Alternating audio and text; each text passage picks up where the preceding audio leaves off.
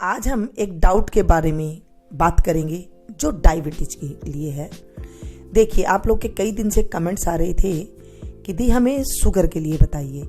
तो जहाँ तक मैंने जानकारी हासिल की ली लोगों से, अपने बड़े बुजुर्ग से, उससे मुझे ये ज्ञात हुआ कि जो मैं आपको रेमेडी बताऊंगी ना, उससे आपको जहाँ तक 100% रिलीफ मिल जाएगा। आप लोगों को पता है कि मैं ऐसी वैसी बातें कोई भी नहीं बताती हूँ जब तक मुझे पूरी जानकारी नहीं हो। मैं एक डॉक्टर तो नहीं हूँ, लेकिन हाँ, घर में हम जो गृहिणियाँ होती हैं वो डॉक्टर से कम भी नहीं होती हैं। आपने सुना होगा, पहले जब पेट दर्द हुआ करता था तो हमारी दादी नानियाँ कहा करती थी कि अजवान ले लीजिए, या फिर अजवान जो नींबू के साथ बनती है वो ले लीजिए, उससे आपका पेट जो है ठीक हो जाता था। और ख़ास तौर पर 80-90% वो ठीक भी हो जाया करता था। डॉक्टर थी ना वो घर की। तो आज मैं आपके साथ वही घरेलू बातें शेयर करूंगी, और साथ में जो है आपको इसका इफेक्ट भी बहुत अच्छा नजर आएगा। देखिए, इसमें मैं आपको 4 रेमेडी बताऊंगी। कुछ पीने की भी बताऊंगी, कुछ जो है चलने की, और कुछ जो है आपको घर्षण करने की, ऐसी भी मैं आपको रेसिपी बताऊंगी। नमस्ते दोस्तों, कैसे हैं आप सब। आप आए मीनू गुप्ता किचन में, और मीनू गुप्ता किचन में आप सभी का खूब खूब स्वागत है। ये है मेथी दाना। सभी जानते हैं मेथी से हमारी जो है गैस की प्रॉब्लम दूर हो जाती है। और ये जो शुगर है ना, जहाँ तक मैंने पाया है कि ये शुगर जो है ये गैस की वजह से ही बनती है।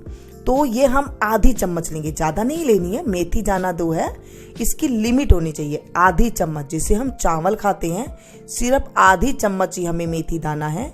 कम हो जाए कोई बात नहीं, ज़्यादा लेने की आप इसे ना करें, क्योंकि ये गर्मी भी पैदा कर देती है। अब इसमें हम पानी डालेंगे। इसे हम पानी आप आधा गिलास के करीब डाल दें, क्योंकि ज़्यादा पानी पिया नहीं जाता है। कहते हैं कि इससे फिर उबाक सी आने लग जाती है। तो ये पानी आप आधा रखेंगे तो आराम से पी जाएंगे। और उसके बाद जो है इसे आप पानी पीने के बाद इसकी जो मेथी के दाने सॉफ्ट हो जाते हैं, यानी कि पूरी रात जब ये भीग जाते हैं, उसके बाद इन मेथी के दानों को आप चबा करके खा सकते हैं। तो इससे काफी मात्रा में रिलीफ मिलेगा। अब कितने दिन खाना है ये भी बात आ जाती है। देखिए, कोई भी रेमेडी आप कहीं से भी देखें, कहीं से भी सुने, और जो मैं आपको बताती हूँ ये ऐसे है कि आप कम से कम 1 या 1.5 महीना आप जब यूज ले लेते हैं, उसके बाद आप बिल्कुल छोड़ दें। क्योंकि आपने कभी सुना है ना, नीम हकीम और जान के दुश्मन हो जाते हैं। कई बार ज़्यादा नीम भी खाने से आंखों की रोशनी चली जाती है। तो मैंने आपको इसलिए बताया ताकि आप इसे ज़्यादा यूज में ना ले, कोई भी चीज़ 1-1.5 महीना ले, उसके बाद आप रोक दें, आपको कुछ पता लगने लग जाएगा। ये है त्रिफला पाउडर। आप सभी जानते हैं त्रिफला पाउडर हमारे शरीर के लिए बहुत अच्छा होता है। ये तीनों दोषों को बैलेंस कर लेता है। लेकिन लेने की मात्रा क्या है, वो ही आधी चम्मच। ध्यान रखिएगा, ज़्यादा नहीं। ये क्या है, ये भी शरीर में खुश्की पैदा कर देती है। अगर कई बार ये अच्छा करती हैं तो कई बार फिर खुश्की की वजह से और भी बीमारियां पैदा हो जाती है। अब रात भर भीगने से इसका क्या होगा, इसमें थोड़ी ठंडकपन आ जाएगी। इसे भी हमने रात भर भिगोना है। आधा गिलास के करीब मैंने पानी ले लिया है। जो रेगुलर गिलास होते हैं वही गिलास है, कांच वाले। लेकिन ध्यान रखिएगा, इसे कांच के गिलास में आपको भिगोना है, दूसरे गिलास में नहीं, ठीक है। अब हम त्रिफला पाउडर को मिक्स कर देंगे, और इसे भी हम पूरी रात के लिए भिगो के रख देंगे। सुबह उठेंगे, आपको कोई पेस्ट वगैरह नहीं करनी है। कुछ पानी वगैरह पीते हैं तो पानी वगैरह पी सकते हैं, चाय वगैरह नहीं पीनी है। पानी पीने के बाद फिर आप इस पानी को पी लें, और उसके बाद मेथी के पानी को पी करके उसके बाद आप जो है मेथी खाएं। इस पानी को आप सीधा ऐसे ही पी लेंगे तो बहुत बढ़िया होता है। थोड़ा थोड़ा घूंट घूंट करके पिए। थोड़ा पानी पी लिया, फिर 10 मिनट रुक गए, फिर आपने ये पिया, फिर उसके बाद मेथी के दाने, जो पानी पी करके फिर मेथी के दाने आप चबा करके खा ले। रूल जैसे मैं आपको बता रही हूँ ऐसे ही आपको फॉलो करना है। और ज़्यादा दिन कभी भी कोई भी आयुर्वेदिक चीज को यूज नहीं करना चाहिए। जैसे अजवाइन है तो हम रोज रोज तो ना अजवाइन खाएंगे, ऐसे ही त्रिफला का पाउडर है, इसे रोज रोज हमें नहीं खाना है। इसकी भी लिमिट जो है आप ज्यादा से ज्यादा जो है 2 महीने तक ले सकते हैं, इससे ज्यादा नहीं, ठीक है। इससे ज्यादा लेंगे तो शरीर में खुश्की आ जाएगी, और फिर उसके बाद जो है ये बीमारी यहीं से ही पैदा होती है। अब क्या है, करेले वाली मैं आपको रेसिपी बताती हूँ। देखिए, करेले का क्या है, करेले से शुगर खत्म हो जाती है। अब पेट में हम इतना करेला नहीं खा सकते हैं। कई बार हम करेला छीलते हैं तो उनका छिलका भी निकल जाता है। और कई बार करेले आके आप लेके आकर के 4 करेले ले ले, 3 से 4, उन्हें अच्छे से कद्दूकस कर ले, बीज निकाल करके। बीज नहीं लीजिएगा, उसमें बीज निकाल करके उसे अच्छे से कद्दूकस कर ले। और उसके बाद करेले खाने से क्या होती है, पेट में अंदर से गर्मी आ जाएगी। अगर आप पैरों में लेंगे ना तो वो उससे ज्यादा गुणकारी होगा। देखिए पैरों में अब कैसे लेना है, आप लेके आएंगे बाजार से प्लास्टिक के जूते। आपने देखा है कई बार किसान वगैरह जब खेत चलाते हैं तो वो प्लास्टिक के जूते से चलाते हैं ताकि उसके अंदर पानी ना जाए। प्लास्टिक का अगर आपको जूते मिल जाते हैं तो वो सबसे बेस्ट है। अगर आपको बेस्ट चाहिए तो आपको जो है प्लास्टिक के जूते चाहिए। ऐसे जूते भी आप ले सकते हैं, लेकिन इसमें क्या होगा, ये थोड़ी गीले हो जाएंगे और कोई बात नहीं है। फिर आप सुखाएंगे दिक्कत होगी, प्लास्टिक जो है फटाफट से सूख जाता है। और अगर आप ये लेना चाहते हैं, आपके पास ज़्यादा एक्स्ट्रा है, 2-3 पड़े हैं तो आप ले सकते हैं, कोई बात नहीं, लेकिन इसमें जूस अंदर इधर उधर हो जाता है। अब इसके अंदर आपने करेला जो कद्दूकस करा है वो डालें और फिर वॉक के लिए निकल जाए, यानी कि घूमने के लिए निकल जाए। या फिर आप घर में घूम रहे हैं तो आप घर में घूमना शुरू कर दीजिए। कब तक घूमना है, जब तक करेले की कड़वाहट आपकी जीभ तक ना आ जाए। जब करेले की कड़वाहट आपकी जीभ में आने लगे कि जीभ मुंह कड़वा हो गया है, तब बस वापसी रिटर्न अपने घर पे आ जाए। और आने के बाद पैर को धो लें अच्छे से पानी से, सरसों का तेल लगा लीजिए। आप देखेंगे अब ये कितने दिन करना है, ये भी बात आ जाती है।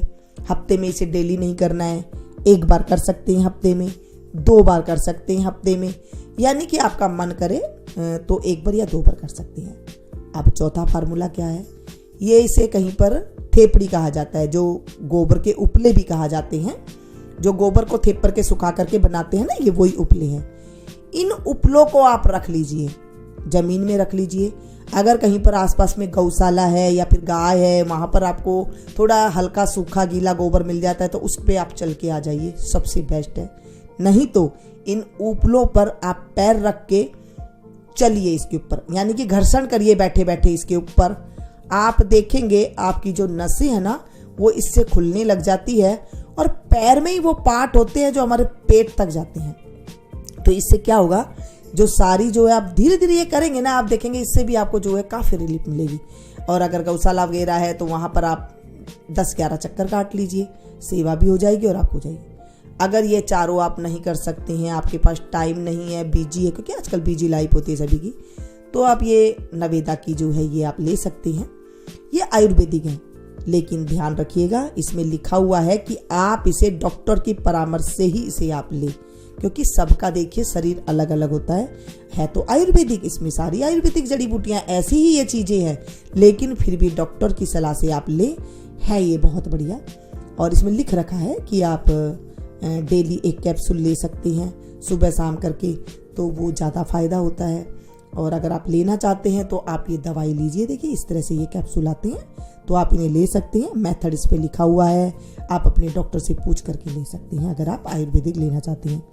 ये देखें ऐसे कैप्सूल आते हैं। या तो आप इन फार्मूलों को, चारों फार्मूलों को अपनाएं, या फिर आप जो है ये दवाई ले सकते हैं, क्योंकि भागदौड़ बड़ी ज़िंदगी में सबको ऐसे लगता है कि हम ये काम नहीं कर सकते हैं। ये 2 काम मैंने आपको बता दिया है, तो यही 2 चीज़ें जो है इसके अंदर फार्मूला जो है ये है।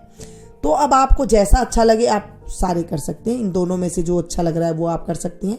करेला का तो जब आप दवाई लेते हैं करेला का भी साथ में कर सकते हैं, साथ में जो उपला है उनका भी कर सकते हैं। अब मैंने आपको दवाई भी दिखा दी है और साथ में ये देखिए इसमें ये लिखा हुआ है ना, ये भी मैं आपको दिखा दी, डॉक्टर के हिसाब से आप इसे ले। और साथ में जो है इसमें सारे ये लिखे हुए हैं कि इसमें क्या क्या चीज़ें हैं, ये भी सारी चीज़ लिखी हुई है देखिए।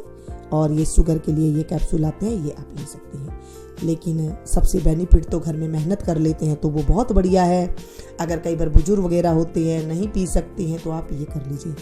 ये बीमारी आजकल बच्चों को भी फैल रही है, ध्यान रखिएगा। जो हमारे बड़े बुजुर्ग हैं वो पहले कहते हैं कि हम पहले खेत में हल चलाया करते थे, जो कुल्हाड़ी होती है वो उससे मिट्टी हम खोदा करते थे, साथ में जो है हम कुएं से पानी खींच के लेके आते थे, तो पेट की एक्सरसाइज हो जाती थी। जो मसल जो अंदर होती थी ना, पेट की जो नसें होती थी एक एक, वो बिल्कुल सही हो जाती थी। तो आजकल ये हमारे साथ सबसे बड़ी प्रॉब्लम है कि हमारे साथ ये प्रॉब्लम आ रही है कि हम ये ऐसा काम कोई कर नहीं पाते हैं। तो इसकी वजह से जो है पेट में गैस बनती है, फिर कब्ज होती है, फिर वो सड़ने लग जाता है, फिर वो खून में चल जाता है और खून जो है खराब हो जाता है। और जिनके भी शुगर होती है ना, वो नाभि के ऊपर उनका टाइट टाइट होता है पेट और बहुत ज़्यादा भारीपन नजर आता है। और उसके बाद जो है कोलेस्ट्रॉल बन जाता है और उसके बाद ये बन जाती है शुगर। तो ऐसे ये चलता है। मेरी जो छोटी सी जानकारी थी पसंद आए तो प्लीज़ एक लाइक ज़रूर दीजिएगा। इसे ज़्यादा से ज़्यादा अपनों के साथ शेयर कीजिएगा ताकि उनको भी फ़ायदा मिल सके। मिलती हूँ फिर से एक नई वीडियो में नई रेसिपी के साथ। Thank you.